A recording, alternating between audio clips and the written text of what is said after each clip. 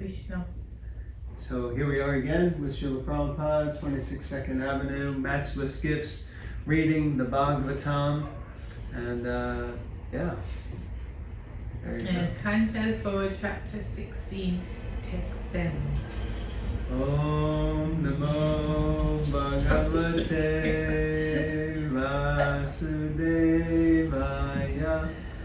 Om Namo Bhagavate Vasudevaya.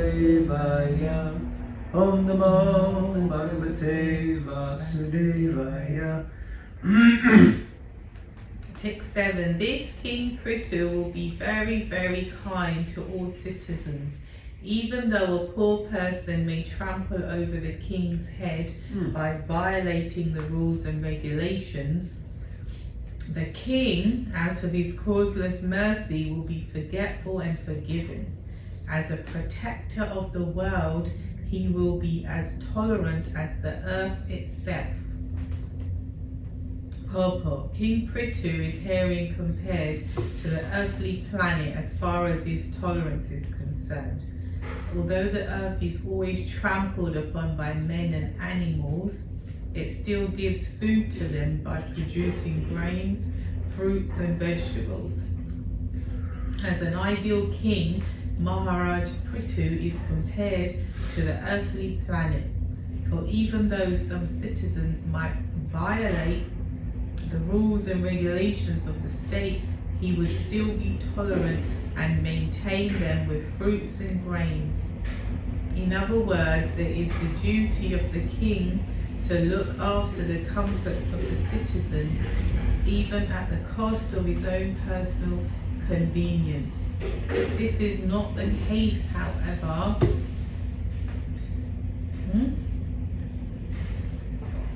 in Kali Yuga. For in Kali Yuga, the kings and heads of state enjoy life at the cost of taxes exacted from the citizens. Such unfair taxation makes the people dishonest, and the people try to hide their income in so many ways. Eventually, the state will not be able to collect taxes, and consequently will not be able to meet its huge military and administrative expenses. Everything will collapse, and there will be chaos and disturbance all over the state. Well, Prabhupada said it, so we accept it as absolute.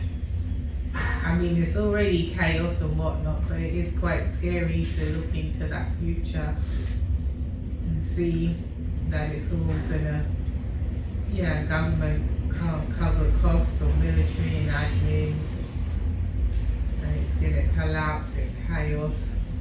It's quite a scary thought, for the average person, that is, average person who's gonna be vulnerable, actually, to such, what's the word, vigilante style, anything goes, if that makes sense. If there's no government, if there's no control, then anything goes.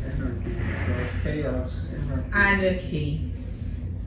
So that's quite scary. So we need to become serious in our Krishna consciousness and go back to Krishna, so we don't need to experience all this craziness. Well, one thing's for sure.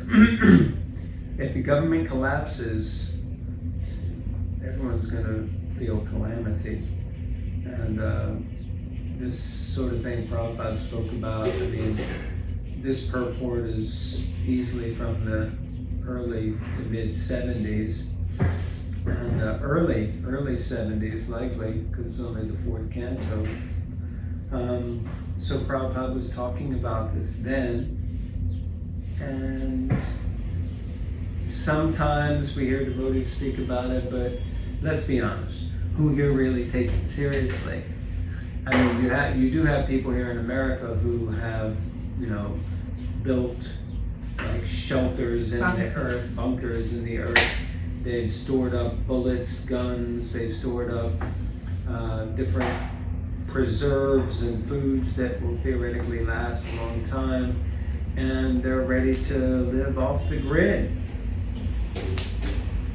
The Hare Krishnas, although we know about this, maybe even as good if not better than anyone else, probably are not exactly really prepared. Of course, you know, we might, where would we go? We might go to New Vrindavan, go to Gitanagari, but really we should have functioning, self-sufficient farms that if all of a sudden it's off the grid, that's okay, you know? This is a really interesting topic, and it's one of those things that reminds me of the story of Noah of the Bible. Because, excuse me, I don't know if you're aware, but at least what I've understood is Noah himself lived kind of like hundreds of miles from the ocean, and it was at a time when things were irrigated by underwater springs, so there wasn't even really that much rain. It was almost like a desert where he lived, and he got the word from God to build an ark, to build a boat. And you know, so he started doing it, and people were like, what are you doing, Noah? And he didn't build the ark in like one day. It was like, it took him many years, and then nothing was happening for also many years. But then when all Hades broke loose and the floodwaters came, he got on the boat, he got on the ark with the animals, and they started everything over again. So it's an interesting concept, because people will definitely say you're crazy, but when it all happens and you're ready for it, then all the people who called you crazy will be begging, please help me, you know, please. No, absolutely. Yeah, so. That's how it always is. Interesting thought, right? So we move on. Number 8. Text number. Did you have anything else you were going to say? No. Yeah, I did it again, didn't It's here from Prabhupada. we? We did. We heard from Prabhupada. Text 8. When there is no rainfall and the citizens are in great danger due to the scarcity of water, this royal personality will be able to supply rains exactly like the heavenly King Indra. Thus, he will very easily be able to protect the citizens from drought. Sorry. Please forgive me, it's like spring, so pollen and everything. Purport. See? King Prithu is very appropriately compared to the sun and the demigod Indra. Bless you. May Krishna continue to bless you with pure devotional service. King Indra of the heavenly planets is in charge of distributing water all over the earth and other planetary systems. It is indicated that King Prithu would arrange for the distribution of rainfall personally if Indra failed to discharge his duty properly. Sometimes the King of Heaven, Indra, would become angry at the inhabitants of the earth if they did not offer sacrifices to appease him. Govardhan Leela in particular. King Prithu, however, being an incarnation of the Supreme Personality of Godhead, did not depend on the mercy of the Heavenly King. It is foretold herein that if there would be a scarcity of rain, King Prithu would manage to counteract the deficiency by virtue of his godly powers. Such powers were also exhibited by Lord Krishna when he was present in Vrindavan. Indeed, when Indra poured incessant water on Vrindavan for 7 days, the inhabitants were protected by Krishna, who raised Govardhan Hill over their heads as a great umbrella. Thus, Lord Krishna is also known as Govardhan Dari. So, a couple of interesting things here. Well, not everything's interesting, but it's comparing Prithu Maharaj to Indra in saying that basically Prithu Maharaj doesn't require Indra. But, spoiler alert, later in this pastime, there is a, what's it called? Disagreement. A disagreement between King Indra and Prithu Maharaj. So that's interesting that it kind of shows that. But also interesting here that Prithu Maharaj didn't need Indra to create rain, but yet neither did Krishna. But Krishna didn't just go and create the rain. He actually convinced all the Brajbasis to not worship Krishna, to let them know we don't need him. We can just worship Govardhan Hill, and that'll be good enough. So it's an interesting parallel and comparison. Any thoughts? Text 9. This King Prithu Maharaj, by virtue of his affectionate glances and beautiful moonlight face, which is always smiling with great affection for the citizens, will enhance everyone's peaceful life. Text 10. The reciters continue. No one will be able to understand the policies the king will follow. His activities will also be very confidential, and it will not be possible for anyone to know how he will make every activity successful. His treasury will always remain unknown to everyone. He will be the reservoir of unlimited glories and good qualities, and his position will be maintained and covered just as Varuna, the deity of the seas, is covered all around by water. There is a predominating deity for all the material elements, and Varuna of Pracheta is the predominating deity of the seas and the oceans. From outward appearances, the seas and oceans are devoid of life, but a person acquainted with the sea knows that within the water exists many varieties of life. The king of that underwater kingdom is Varuna. Just as no one can understand what is going on beneath the sea, no one could understand what policy King Prithu was following to make everything successful. Indeed, King Prithu's path of diplomacy was very great. His success was made possible because he was a reservoir of unlimited glorified qualities.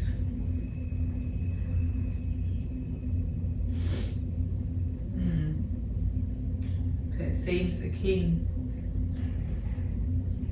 is, what is it like? It seems he's reserved in a, like where it's saying people don't know what he's doing basically. They won't understand how he's successful because it seems, like I just saw this the other day. Empty minds make a lot of noise. And someone who's like grounded and learned, they don't need to be blah blah blah blah blah blah all the time making noise.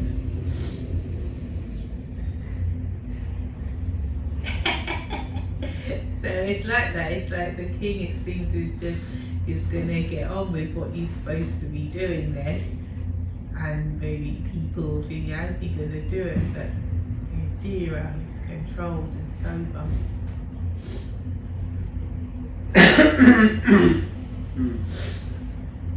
A couple of points spring to mind. First, I remembered the word I was thinking of earlier between Indra and Prithu. It was altercation. That was the word that was on the tip of my tongue, so altercation. But here, it's interesting that Varuna is called Pracheta, because the sons of King Prachini Barhishat were also called the Prachetas, and they were known because, I think there were 10 of them, because they performed great austerities underwater. So I wonder if there's any connection there, which I hadn't noticed or made before. Interesting. Okay, next paragraph. The word upagupta vitaha is very significant in this verse. It indicates that no one would know the extent of the riches of King Prithu. The riches King Prithu would confidentially keep. The idea is that not only the king, but everyone should keep his hard-earned money confidentially and secretly, so that in due course of time the money can be spent for good practical purposes. In Kali Yuga, however, the king or government has no well-protected treasury, and the only means of circulation is currency notes made of paper. Thus, in times of distress, the government artificially inflates the currency by simply printing papers, and this artificially raises the price of commodities, and the general condition of the citizens becomes very precarious. Thus, keeping one's money very secretly is an old practice, for we find this practice present even during the reign of Maharaj Prithu. Just as the king has the right to keep his treasury confidential and secret, the people should also keep their individual earnings a secret. Very interesting. There is no fault in such dealings. The main point is that everyone should be trained in the system of Varnashram Dharma, so that the money is spent only for good causes and nothing else. So, I have a note here that this was a quote about Varnashram. But I think it's very interesting, this point about keeping finances secret. In general, it's understood, and most people probably do it naturally unless they're completely poor, then they just moan about it out loud all the time.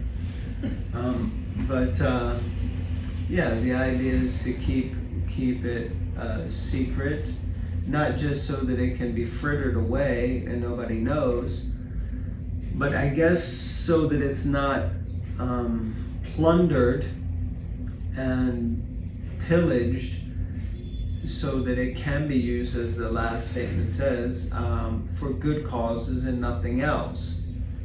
So like that, the government should keep it secret, which they probably do pretty well. Yeah. But we should also keep our finances secret. Interesting point. Okay, anything from your side on that note?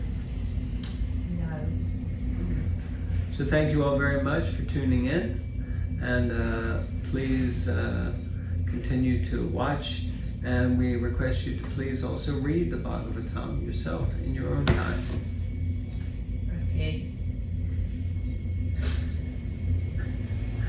It's been one of those readings. Thank you all very much. Hare Krishna. Hare All Krishna. glories to Srila Prabhupada, His Divine Grace. Hare Krishna.